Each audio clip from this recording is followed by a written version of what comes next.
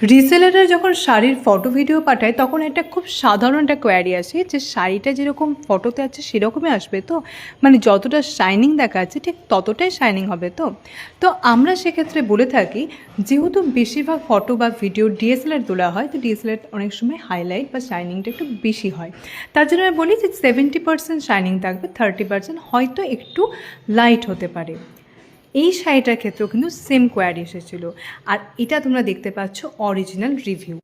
শাড়ির অরিজিনাল ফটোটা যেটা পিকচারে ছিল সেটা আমি লাস্টে দিয়ে দিয়েছি। আর এই এসেছে শাড়িটা। এবার তোমরাই বুঝে নাও এই 70-30 ব্যাপারটা কীরকম হয়। শাড়িটা কিন্তু ভীষণই ভালো এসেছে। আর একদম প্রাইস রেঞ্জের মধ্যে বিয়েবাড়িতে যারা এরকম একটা শাড়ি চাইছো, একটু গর্জিয়াস হবে, একদম বিয়েবাড়িতে পরার মতো, তাদেরকে বলবো ফটাফট অর্ডার করে নাও, কারণ এই শাড়ির প্রচুর কালার অপশান আছে আর একদম বাজেট ফ্রেন্ডলিতে তোমরা কিন্তু এই শাড়িটা পেয়ে যাবে।